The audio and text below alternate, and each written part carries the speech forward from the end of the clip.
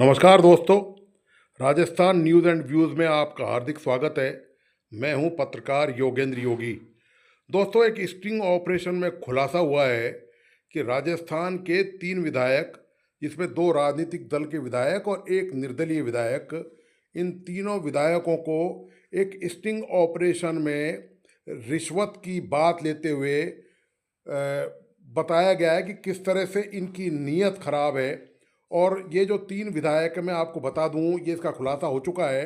एक sting operation किया है एक अखबार ने, उसमें ये खुलासा हुआ कि भाजपा के एमएलए रेवत राम डांगा और कांग्रेस की एमएलए अनीता जाटव और निर्दलीय एमएलए रितु बानावत, इन तीनों ने रिश्वत के लिए हामी भर दी।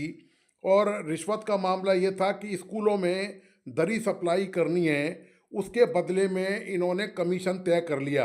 और दो कथित तौर पर दो ने तो कमीशन ले भी लिया, 50,000 ले लिया, और एक ने 10 लाख रुपए रख लिए। तो ये पूरा कांड अब उजागर हुआ है।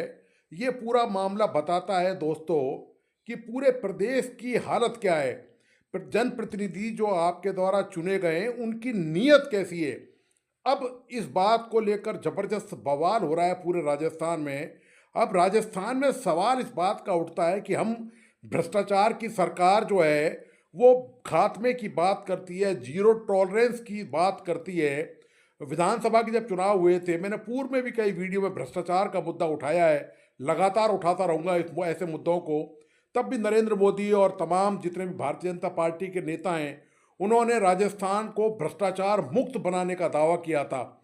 हालत आप देख लीजिए, ये जो स्ट्रिंग ऑपरेशन है, इसमें केवल 3 लोगों को अप्रोच किया गया टीम के द्वारा, और तीनों ने ही कमीशन लेने की बात तय कर ली, और 2 ने तो इसमें से एडवांस राशि ले भी ली, जिस तरह से स्टिंग ऑपरेशन में दर्शाया गया है।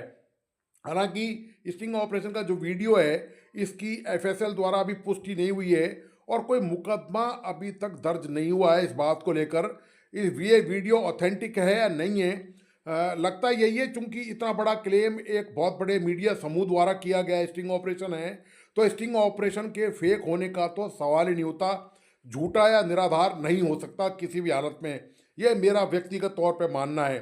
अब इसकी जांच होगी, और एफएसएल में जब ये वीडियो जाएगा फॉरेंसिक साइंटिफिक लेबोरेटरी में, उसके बाद इस बात की पुष्टि हो सकेगी कि क्या ये वीडियो सच है, सही है, और क्या इन जो विधायक हैं, ये 3 भारतीय जनता पार्टी, कांग्रेस का और एक निर्दलीय विधायक हैं, इन्होंने क्या रिश्वत मांगी थी, इसके बदले में क्या इन्होंने कुछ एडवांस भी लिया था। तो ये दोस्तों हालत है। बाकायदा इन्होंने अपने साइन से लेटर तक जारी कर दिए। आप देखिए, आश्चर्य की बात यह है कि केवल वीडियो तक में रिश्वत लेने की बात नहीं है। स्टिंग ऑपरेशन में जो टीम है, उसके हाथ जो पुख्ता जो सबूत लगा है, वो दरअसल सबसे महत्वपूर्ण सबूत है कि इन एमएलएज ने कमीशन के बदले में जो राशि दी गई, जो सौदा तय किया गया, 40% कमीशन का जो सौदा तय किया गया तीनों विधायकों द्वारा अलग अलग मामलों में, उसमें आप देखिए कि लेटर तक दे दिया कि इनको दरी पट्टी का जो दरी स्कूलों में है उसका ठेका दे दिया जाए, इस आशय का लेटर जारी भी कर दिया, बगैर इस जानकारी के ये कौन लोग हैं, ये फर्म है भी कि नहीं है, खादी ग्रामों बोर्ड से ये संबंध रखते हैं कि नहीं रखते, इसकी कोई जानकारी करने की जरूरत माननीय विधायकों ने नहीं रखी। ये दोस्तों राजस्थान में हाल है करप्शन का। राजस्थान की सरकार गाय बेगाय कांग्रेस को गाली देने, कांग्रेस को कोसने से बाज नहीं आती है। इस पूरे मामले पर मुख्यमंत्री का भी बयान आ गया है। मुख्यमंत्री ने कहा है कि कोई भी आरोपी बख्शा नहीं जाएगा, भ्रष्टाचार का खात्मा किया जाएगा। कांग्रेस के लिए उन्होंने बाकायदा फिर वही पुराना राग अलापा कि कांग्रेस जो है वो भ्रष्टाचार की जननी है, ये जड़ है कांग्रेस। लेकिन इस मामले में उनकी पार्टी का भी एक विधायक लपेट में आ गया है। असली बात यह है, अब देखना यह होगा कि वास्तव में भारतीय जनता पार्टी की राजस्थान में जो सरकार है, वो इस मुद्दे को कैसे लेती है। वो क्या पूर्वाग्रह से प्रेरित हुए बिना इस मामले की क्या ईमानदारी से जांच करवाएगी, क्या इस मामले में कोई एफआईआर दर्ज होगी। इस पूरे मुद्दे को लेकर नागौर के सांसद हनुमान बेनीवाल ने तीनों को निष्कासित करने, इनके खिलाफ, तीनों एमएलए के खिलाफ एफआईआर दर्ज कराने की मांग की है। जो कांग्रेस के प्रदेश प्रभारी हैं रंधावा, सुखजिंदर सिंह रंधावा, उन्होंने पीसीसी चीफ गोविंद सिंह डोटासरा से कहा है कि जो कांग्रेस की एमएलए अनीता जाटव, जिसका वीडियो में सामने आया है कि किस तरह उसके पति ने ये पूरा सौदा किया 40% के मामले में, और शायद वीडियो में ये भी बताया है कि उन्होंने 50,000 शायद एडवांस ले भी लिए, नहीं लिए शायद उन्होंने, दूसरे एमएलए ने लिए थे। तो इस पूरे मामले की वो जांच करके रिपोर्ट सबमिट करें ताकि जाटव के खिलाफ कार्रवाई सुनिश्चित की जा सके। तीसरा मामला है रितु बानावत का। मैं आपको बताता चलूँ, ये जो एमएलए है रितु बानावत, आपको याद होगा मैंने एक वीडियो बनाया था कि जब अभी मानसून सेशन में, अभी की बात है, जब ये मानसून गुजरा हुआ जो मानसून है, इसमें जब विधानसभा की कार्रवाई चल रही थी, तो आप जानते हैं कि विधानसभा की जब कार्रवाई चलती है तो उसमें तमाम विधायक, चाहे वो सत्ता पक्ष के हों, चाहे विपक्ष के हों, चाहे निर्दलीय हों, वो अपने क्षेत्र की जन समस्याओं को विधानसभा में उठाते हैं, सरकार से जवाब मांगते हैं, मंत्री से जवाब मांगते हैं, और अपने क्षेत्र के लोगों को राहत देने का वो प्रयास करते हैं। सरकार के लिए ज़रूरी होता है कि जब विधानसभा में कोई मामला आ जाता है, किसी विधायक द्वारा उठाया जाता है, तो वो उसका जवाब दे और विधायक को संतुष्ट करे और बताए कि जो मुद्दा जन समस्या का जो उठाया गया है, विकास की कोई मांग की गई है, वो उसकी क्या स्टेटस है, उसकी क्या स्थिति है, ये बताया जाता है।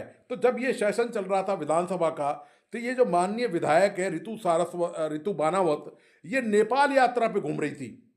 विधानसभा में, विधानसभा सत्र जब चल रहा था उस समय ये नेपाल यात्रा में थी, और नेपाल में आपको याद होगा उस दौरान ही दंगे फसाद हो गए थे।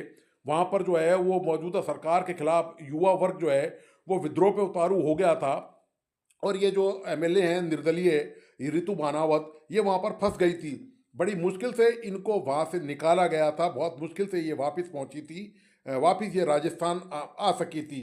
तो ये दोस्तों पूरा मुद्दा आपके सामने है। इससे पहले मैं आपको बताता चलूँ कि सरकार ने, ये एंटी करप्शन डिपार्टमेंट ने, राजस्थान के ने, जो बाप के जो एमएलए हैं जय कृष्ण पटेल, उनको करीब 6-8 महीने पहले ही रंगे हाथों रिश्वत लेते हुए गिरफ्तार किया था। और मामला, उन पर आरोप ये था कि उन्होंने खनन माफिया से रिश्वत ली है, और खनन का काम चालू करवाने के एवज में। ये पूरा प्रकरण भी सामने आया था, उसमें उनकी गिरफ्तारी हुई थी। अभी तक उनकी सदस्यता का फैसला नहीं हुआ है कि वो रहेगी या जाएगी।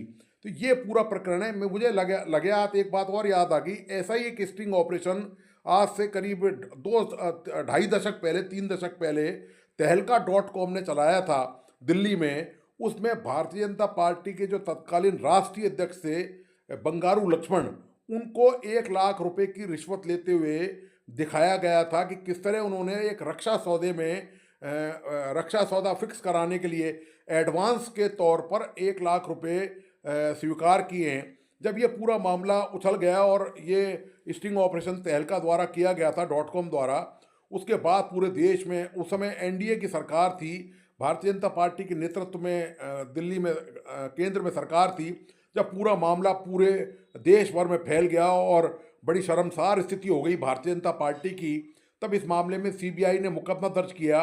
और जब यह मामला बाद में चला बंगारू लक्ष्मण का, तो इसमें उनको 4 साल की सजा हुई थी इस मुद्दे को लेकर। तो ये पूरा मामला है दोस्तों।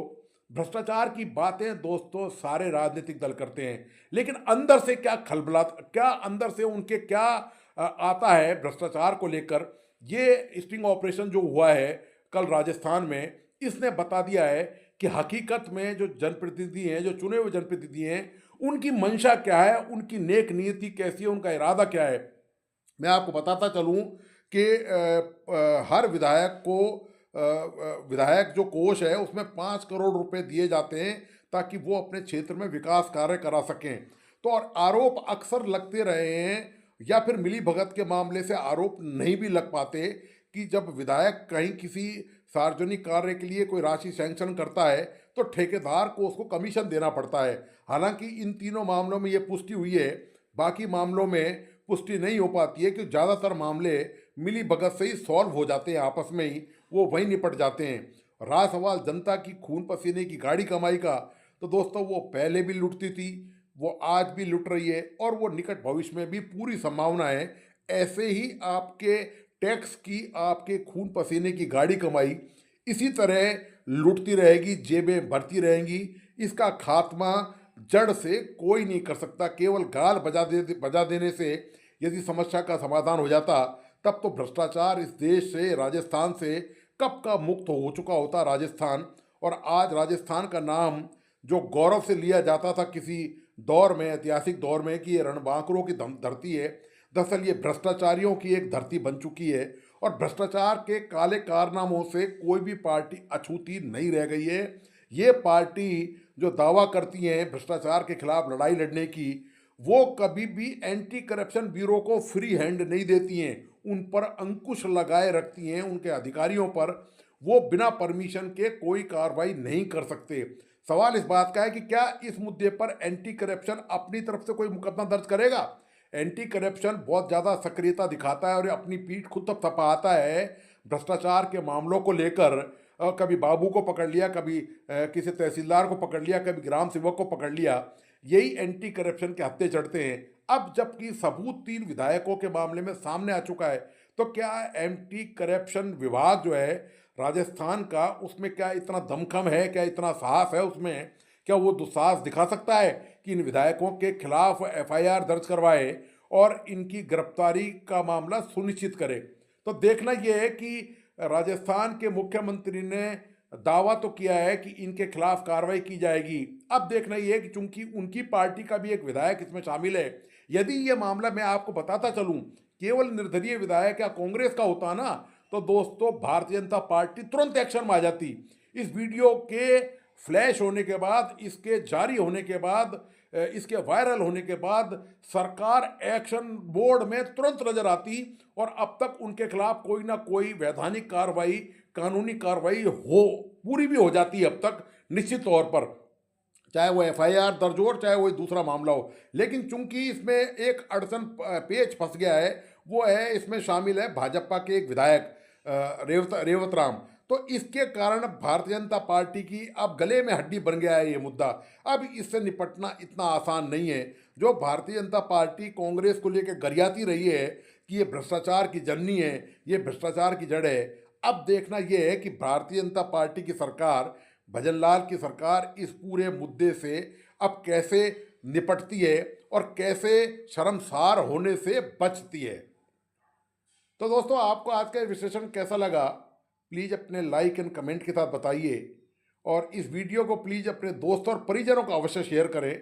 और मेरा तमाम दोस्तों से आग्रह है, प्लीज़ इस यूट्यूब चैनल को सब्सक्राइब करें, लाइक करें और बेल आइकन का बटन प्लीज़ ज़रूर दबाइए। धन्यवाद, नमस्कार।